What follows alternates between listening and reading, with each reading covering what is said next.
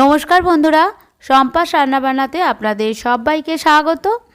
শীতকালে নানান রকমের শাক সবজি বাজারে প্রচুর পরিমাণে পাওয়া যায়, আর তারই মধ্যে অন্যতম হলো পালং শাক। এই পালং শাক দিয়ে নানান ধরনের রেসিপিও আমরা বানিয়ে থাকি। তাই আজকের ভিডিওতে আমি আপনাদের সঙ্গে শেয়ার করছি পালং শাকের একটি দুর্দান্ত স্বাদের রেসিপি, পালং পনির। এটা খুব সুস্বাদু এবং স্বাস্থ্যকর রেসিপি, কেননা পালং শাক চুল ও স্কিন হাড় ভালো রাখতে আমাদের সাহায্য করে।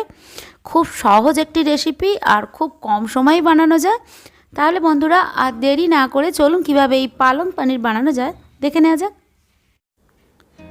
প্রথমে এখানে আমি একটা মিক্সার জার নিয়ে নিয়েছি, আর এদিকে আমি পালং শাক হালকা করে ভাপিয়ে নিয়েছি।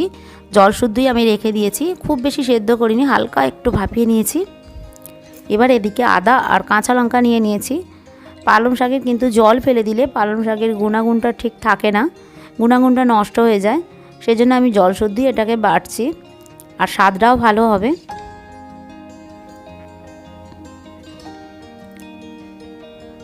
এবার আমি মুখটা বন্ধ করে দিলাম, ভালো করে আমি বেটে নেব। এদিকে আমি সাদা তেল আগে থেকে আমি গরম করতে দিয়ে দিয়েছি, আর গ্যাসটা মিডিয়ামে করে দিয়েছি। এবার 200 গ্রাম পনির আমি এভাবে চৌকো শেপে কেটে নিয়েছি। পনিরগুলোকে আমি হালকা করে ভেজে নেব, খুব বেশি ভাজলে শক্ত হয়ে যাবে পনির, তখন কিন্তু খেতে ভালো লাগবে না। আপনারা অবশ্যই একদিন বানাবেন, আর এটা বাচ্চাদেরও খুব ভালো লাগবে। এটা হেলদি রেসিপি।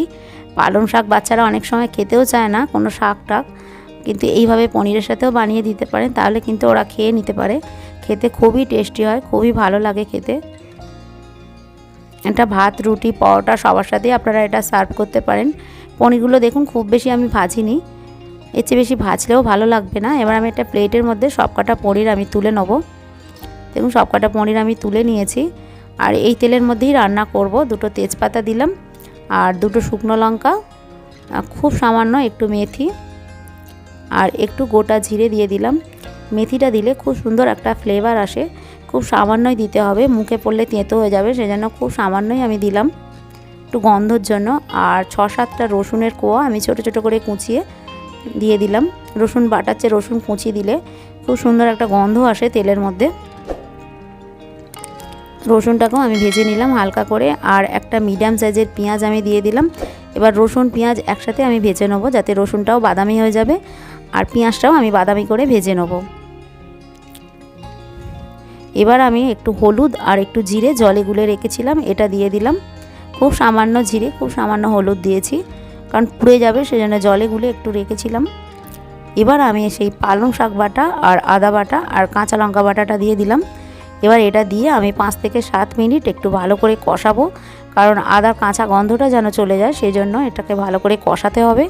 আর এর মধ্যে কোনো ঝাল গুঁড়ো লঙ্কা আমি দিলাম না, আপনারা চাইলে দিতে পারেন, কিন্তু এই যে সবুজ রঙটা তাহলে থাকবে না, লাল রঙ এর মধ্যে ঢেলে দিলে গুঁড়ো লঙ্কা, সেই জন্য আমি আর দিলাম না। আর একটু চিনি দিলাম স্বাদ অনুসার, আর পরিমাণ মতো একটু নুন দিয়ে দিলাম। খুব ভালো খেতে লাগে এটা, ভাত রুটির সাথেও ভালো লাগে, পরোটার সাথে খুবই ভালো লাগে খেতে। আপনারা অবশ্যই বাড়িতে ট্রাই করবেন। আর এরপর আমি ভেজে রাখা পনিরগুলো দিয়ে দিলাম, আর পনিরগুলো দিয়ে খুব বেশি জোরে জোরে নাড়লে কিন্তু পনিরগুলো ভেঙে যেতে পারে। পনিরগুলো নরম আছে, খুব টাটকা পনির, সেই জন্য আমি হালকা হাতেই একটু নাড়াচাড়া করে নিচ্ছি। আগে আমি কষিয়েই নিয়েছি, হালকা একটু নাড়াচাড়া করে, আর কুসুম গরম জল দিয়ে দিলাম। যে কোনো রান্নায় কুসুম গরম জল দিলে কিন্তু খুব স্বাদ হয়, ঠান্ডা জল দেওয়াচ্ছে। এটা খুব বেশি ঝোল পাতলা ভালো লাগবে না, একটু মাখা মাখাই ভালো লাগবে, যেহেতু এটা পরোটার সাথেই খেতে বেশি ভালো লাগে, সেজন্য আমি একটু মাখা মাখাই করছি। আপনারা আপনাদের পছন্দ মতো গ্রেভি বানিয়ে নেবেন। আর রেসিপিটা ভালো লেগে থাকলে ভিডিওটি লাইক করে বন্ধুদের সাথে শেয়ার করবেন। আর যে সমস্ত বন্ধুরা চ্যানেলটি সাবস্ক্রাইব করেনি তারা সাবস্ক্রাইব করে দেবেন।